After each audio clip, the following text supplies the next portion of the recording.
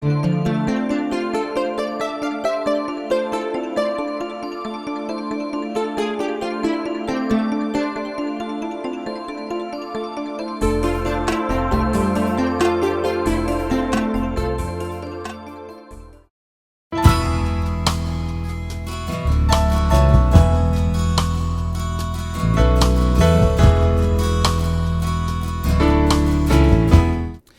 theme of this year's Project 180 lecture series is Coming Home, the impact of incarceration and reentry on the family. Our guest today is the speaker for that event, Dr. Joyce Arditti. Dr. Arditti has a Bachelor's of Science in Child and Family Studies from the University of Georgia, a Master's in Human Development and Family Relations from the University of Connecticut, and a PhD in Family Studies from the University of North Carolina at Greensboro, and is currently a professor of human development at Virginia Tech. So welcome, and it's really an honor and a privilege for me to interview you today. So well, thanks for being here. I wanted to start by asking you just a general question. You've done extensive work on the effect of parental incarceration and the effects of the family. Why this focus in your career? Well, I've long been interested in, I'll just call them vulnerable families and processes of exclusion and marginalization in society. And, you know, when I first started out of graduate school doing research, I was interested in single parenting and different non-custodial parent arrangements. I used to study fathers at a time when nobody was studying fathers. And I've also long been interested in family policy and social policy. And I had an experience in the mid-1990s where a friend of mine was in the federal system for a nonviolent drug offense. And that kind of brought me face to face with a system that I didn't have much knowledge about or much experience about. And what really struck me about that experience was all the families, all the children that would go to these facilities to visit incarcerated family members. And in the research in family science, I did not see any work in this area, and it was kind of, even in sociology and psychology and in criminology, a lot of the work that's done there was focused on the offender or the inmate, but there really wasn't much discussion about the family. And yet, to me, it seemed like the more I started to investigate, you know, the personal experience just simply prompted a curiosity and investigation about understanding mass incarceration and its impact. And I think the consequences are so far-reaching that go beyond the incarcerated person, but to his or her children, his family members, etc. So that's kind of a soundbite of, you know, a personal experience sort of woke me up to what was happening in the country. You know, when we think of incarceration and mass incarceration, and we recognize that the United States incarcerates more people per capita than any country in the world, we know that, but we always think about the inmate. We never really think about the family or children that are involved. Can you tell us why, as a society, we should be concerned with that? We need to be concerned not just about the children and the family, but we also need to be concerned with the people that are incarcerated in our nation's prisons and jails. You know, I'm not going to spout a bunch of numbers, but the only estimate we really have is a little bit dated. I don't think we really know exactly how many children are impacted by the criminal justice system because of their parents, or if you added a close family member, it would be even higher. But the number that gets thrown around is about 2.3 million children. And that is a lot of children. Florida, about 8% of Florida's children have an incarcerated parent. That's in the kind of the mid-range, with the low being New York and the high being Kentucky with about 13%. And so it has consequences for the whole. If you criminalize broad classes of people, it not only affects those people, but it affects the communities from which they're come. You know, all people come from a family. Right. And particularly among women, it can directly impact children in terms of the loss of a caregiver. But if you look at the statistics, about 52% of federal inmates and about 63% of state inmates, and I may not be exactly right, but I'm close, are parents. So substantial numbers of incarcerated people are parents. And one of the more recent Bureau of Justice statistics surveys found that the majority of incarcerated fathers, about 2/3, said that they were the family's primary breadwinner before confinement. So I think a stereotype is that people who are incarcerated are just losers, they've not contributed anything to society, they've never worked. They're horrible people because we tend to other them. But in reality, many incarcerated persons were providers, have children, lived with, were in residence with at least one of their children before incarcerated. And the body of research that has burgeoned since I started this work in the mid-90s has clearly found that children with an incarcerated parent are a very vulnerable population of children. There's a lot of risks to their development. Some of that can be uniquely attributed to the incarceration experience, but some of it is really indirect. And one of the strongest facts that we have in the research is that incarceration tends to link with and also intensify material hardship for children. When we talk about the challenges, and the stereotype I have is the father or maybe the mother being in prison away from the residence, and the child having to be taken to the prison and going through visitation procedures and protocol to see the parent. What are some of the real challenges that the children, the wives and the husbands and other families face in addition to what you've said? What are some of the challenges of having that person in prison? Well, we could start a little bit with prison visits and contact with an incarcerated person. Now, most states, this is slowly starting to change, but when a person's in prison, they don't have access legally to an iPhone or, some cheap phone plan. They have to use a state-sanctioned phone plan, or in the federal system, a federal plan. And that tends to be much more expensive than what you and I get to choose. And so there's often, even with phone contact, expenses to the family. One of my studies was based on families visiting somebody at a local jail. We found an average of about $75 a month was spent on the incarcerated person just with phone contact and sending that person money for commissary, which is where incarcerated people buy their personal needs, and sometimes they're able to buy better food in the commissary and things like that. So families provide a lot of financial support to the person who is incarcerated.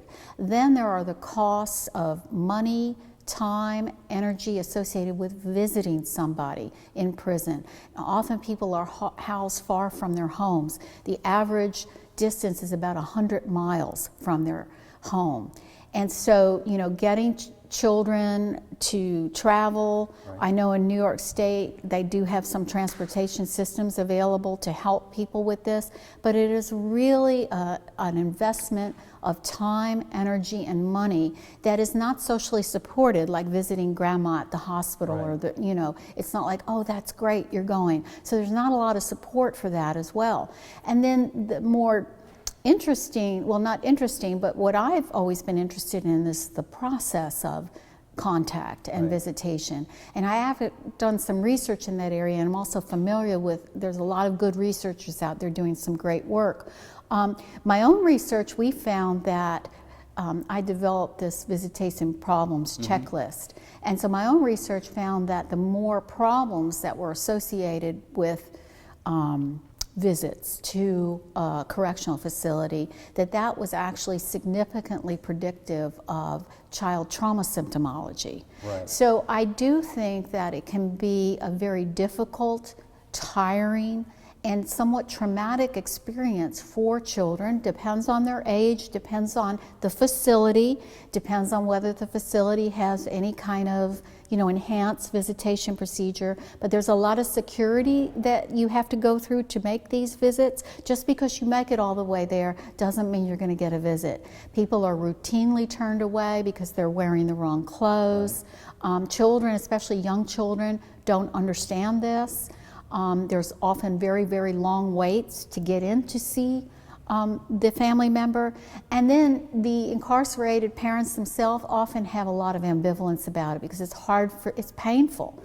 In addition to the physical barriers that having to visit a parent or a loved one or relative in prison, for children and maybe for even other family members, there's a trauma involved. There's something that you can't see that's going to affect them either short term or long term. What can you tell us about that? Well, I've written about something called the visitation paradox, which is on the one hand in-person visits, which I am very interested in because that's a very proximal process. That's up close, that's personal, and so I feel like that will have the most impact in terms of the developmental impact on children. And it's a paradox because on the one hand, family members are excited about seeing their incarcerated family member. Children are excited. The incarcerated person's excited. And so there's one study, I can't think of the name of it right now, but they did find evidence of kind of positive emotions. But on the other hand, it's also a painful time. Yeah. And I did do some research looking at this specifically, and I developed something called a visitation problems checklist. And what we looked at is the type and the extent of difficulties people encounter when they're visiting a non-residential parent. And so it's been used in studies about divorce and things like that. So I adapted it for use to look at the context of incarceration. And what we found is that visitation difficulties were significantly predictive of child trauma symptomology. Okay. And I think this is kind of an invisible issue because on the one hand, we are now, states are starting to wake up and they see the family as a real resource. And, we want to encourage family ties because it's connected to less recidivism. And one way you can encourage ties is through contact and visits. But on the other hand, it can be very painful for people. And it's hard, particularly for younger children who may not have the cognitive resources to understand what's happening or why a parent can't come back home with them. So I'm not implying that I'm against visitation. A lot of states are experimenting with different forms of visitation, video visitation, or visiting from a computer portal and things like that to try to make it easier or to cut costs. But the bottom line is whether somebody needs to be incarcerated in the first place, because it is a highly disruptive event for many families. And the other point I'd make about the research I've done is often children, a little more than half of incarcerated fathers reported being in residence with at least one of their child. And even if you're not in residence with your incarcerated parent, children still experience loss. They yearn for a parent that maybe they didn't know. And there's a lot of shame and stigma attached to having an incarcerated parent. So there's also some indirect effects in terms of how it might impact families. Let's talk about that shame that a child may have, and let's assume that we're talking about a child, and assuming that the person who's incarcerated is not incarcerated for any harm that may have come to a child. Is there ever a scenario where it's best for the child not to have a relationship while the parent's in prison? Is it always a good thing to have that relationship? Is the stigma of having a parent in prison so bad that maybe we should shelter that child from having to deal with that? I definitely stay away from always when you talk about families. I really think it's everything depends on something. And so I teach my students that, when you ask a question, well, the answer is almost always it depends. So it would really depend on what kind of relationships were in place prior to confinement. I was just talking to Project 180 director Barbara Richards about this very thing, that things change while people are confined. And so often those relationships change as well. Children grow up Sometimes people are moved to a different facility. And so there are other ways to keep in contact with family members. Letter writing is one of the least intrusive ways. So I wouldn't feel comfortable saying that there are times where, clearly there are certain contraindications to in-person visiting, particularly if a child's showing, signs of trauma. And but often it's up to that caregiver. For example, incarcerated fathers are completely dependent on the caregivers of their children to bring them to a prison facility. And those bonds between an incarcerated father and their children's, usually it's their mother who's taking care of them, are fragile. And things change over time. And so we have to, go back to the more basic question, the elephant in the room is incarceration warranted? It's been a kind of a first response to all kinds of social problems. And so that's what's creating these scenarios. And then, even incarcerated parents report they feel ashamed having their children see them in that setting or don't want them exposed to that setting. So there's also ambivalence on the part of incarcerated parents of not being sure that they want their children. They want to see their children, but they don't want to see their children there. So, it's particularly problematic, with very lengthy sentences. But even short jail stays can be highly disruptive to families. And I know that you've studied the impact of things like minimum mandatory sentencing and the effect of the war on drugs. Generally speaking, how has that had an effect? The war on drugs, I think, may have been established during the Nixon administration in the 70s. We were going to get tough on crime. We were going to send people away for as much time as possible. How has that impacted this whole process? Well, now the country has woken up. Let's see, I started looking at this stuff in '96. So over 20 years later, it's taken that long for the country to get a feeling for how has this affected our society. I mean, we criminalize broad swaths of people, and they're disproportionately African American and ethnic minorities. And so you have to ask yourself, what does it mean for our society? Nonviolent drug offenders, I have some sociology friends who call them the low-hanging fruit, that we also need to look at, quote, violent offenders as well, because states differ in terms of how they classify that. But let's just stick with nonviolent drug offenders. Just from a sheer cost-benefit analysis, there's no financial benefit to do this. It's highly costly to society. I have seen some research suggesting that nonviolent drug offenders tend to be more socially integrated than other types of offenders. And so you're taking people, many of whom were working, paying taxes, and providing for their families, you're taking them out of the game. And then it's not just taking them out of the game, it's very, very difficult to return back into society and find employment, to find housing. It's questionable whether one can sustain family ties from that environment, because it's a social death, and it's a punitive response to certain types of behaviors and certain types of problems like poverty and mental illness and homelessness. So there are so many things at play that there's not a one-size-fits-all response, and mandatory minimums were good only insofar as they filled our nation's prisons. Well, we know that these minimum mandatory sentencing, in fact, the criminal justice system disproportionately incarcerates African American defendants at a much higher rate than non-African American defendants. I'm assuming that this has also impacted the African American community in terms of the families. What have your studies shown about that, and how bad an impact has that been? I would say it's bad because, on the one hand, we say as a society we're, pro-family, pro-marriage and all this stuff. But with the other hand, we use a hammer and we really disrupt families. And you could make an argument, well, they did that, they did the crime, they have to do the time. But, if you look at the rates, I believe it is 1 in 9 African American children have an incarcerated parent at some point in their life, compared to 1 in 17 white children. And so it's really disproportionate in the African American community. And on some weird level, it normalizes incarceration for people. In the talk that I'm going to give tomorrow, I bring up some cases from my own research, and I did have a really lovely young man in one of my studies.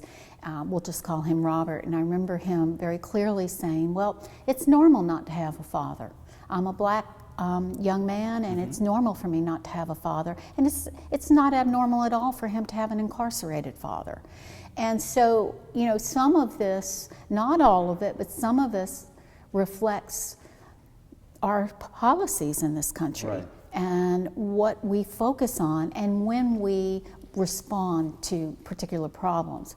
And so it is definitely linked and causally linked to the creation of single parent households, something that we say as a country that, oh, we don't like that. And yet we create those households, particularly in more disadvantaged communities, in African American communities. And so, you know, there's a whole body of research in terms of looking at kind of the intergenerational implications of, you know, incarceration, because you do see it in families, and it's not just parents, it's close family members, uncles, brothers, mothers, sisters. I'm hesitant to use the term prison reform because that carries with it a lot of other things, but let's talk in terms of what you've seen in terms of whether or not we're getting better at this in terms of trying to keep the family intact under these circumstances. What are the things that you have seen that give you cause for optimism? What are some of the things that you would suggest that the legislatures and states and federal legislation do to make the situation more tolerable? Well, I think states and at the local levels where you're seeing some of the most positive changes, and you know, programs like Project 180. New York has a variety of services and programs targeting families, you know, targeting reentrants, and also looking at. I have seen some work focused on enhanced visitation or family-friendly visitation. I support that work. I think anything you could do to make that process less onerous and not extend punishments to the families as well, because families experience the pains of imprisonment as well. Right. And so, you know, anything that humanizes the system is a good thing for families. I think, you know, being open about it, this interview, for example, just talking about it. I don't think people understand what can bring somebody into the system. There's always an assumption somebody did something wrong and they deserve what they had coming to them. And so what concerns me is kind of this lack of compassion and this othering of people that are in the system. Because by extension, it does impact their family. So I'm more hopeful when I look at some of the reforms and programming at the local and state level. I was also hopeful when Eric Holder was the Attorney General, because there was a movement away from mandatory minimum sentencing. New York abolished their Rockefeller laws, and they were the first state to have mandatory minimums. So at the state level, there's been an awareness that, okay, it may be because it's so expensive, but I'll take it. You know, if that's what's going to drive change, then I'll take it, because it is very expensive. It's like very conservatively estimated about $24,000 a year to house a person in a prison, and that's conservative. So I think that the war on drugs needs to be over, and I can say that boldly because I'm not alone. You know, if you interviewed any researcher working in this area, pretty much they would say that is not useful. The only thing that it's useful for is for putting people in prison. So it's really a matter of, can we dismantle the prison industrial complex, because it seeks to live. And so looking for ways to give judges more discretion, to get away from mandatory minimums, which originally, as you probably know, were enacted so that there was more fairness in sentencing. Right. But all it did was add people into the prison system. And as we get to the end of this talk, I want someone who's looking at this program who may have a loved one or a family member with children What advice would you give them in terms of dealing with an incarcerated loved one, in terms of trying to keep that family together? Just some practical advice you might give to them. Well, I would seek support, seek social support. If the people around you are putting you down and stigmatizing you, that's not going to be helpful. These are volatile situations that can change over time depending how long a sentence is. So it may be that over the course of time, that relationship might change and those relationships might change. But I would encourage parents that are dealing with this to be honest with their children as age appropriate. It's not unusual for people to lie to young children to try to protect them. And I don't mean like to tell a 2-year-old everything they need to know. I had some subjects in my study where they weren't clear on what their parent did. And so that's all developmentally determined in terms of where a child is at. But I would be honest on a need-to-know basis. I would try to provide as much in the way of opportunity and support for my children as possible in their daily life. And then that's a real individual thing in terms of how to stay connected to that person and the nature of that connection. And it's going to depend on, there it is again, it depends on how long that person's incarcerated, for the nature of the relationship. But at the very least, you know, there is letter writing and less invasive forms of contact. But ultimately, any caregiver, one of the biggest things in the research that I'd like to mention is how children do depends largely on their day-to-day environments. So they're going to be very affected by the quality of the care they receive in their day-to-day environments, by their other parent or by whoever's taking care of them, the schools and communities they go to. And I would encourage, you know, in seeking support, if you're dealing with this, I think it's not uncommon to feel isolated and stigmatized. So finding other people, that's one good thing about visiting, is then you're around other families and children. You don't feel so isolated and alone that you're the only person in the world dealing with this. You are not alone, and there are organizations in each state that actually are there to support families that are impacted by incarceration. And so I would just do everything I could to provide a good quality environment for my child or my children, and also to get the support that I need so that I could be a good caregiver. And then the other issue would be how to stay connected in a way that's healthy and positive for the family. And finally, you wrote a book, Parental, Incarceration, and the Family. I just want our viewers to know it was the winner of the 2014 Outstanding Book Award presented by the Academy of Criminal Justice Sciences. Dr. Arditti, thank you so much for being our guest today. Thank you.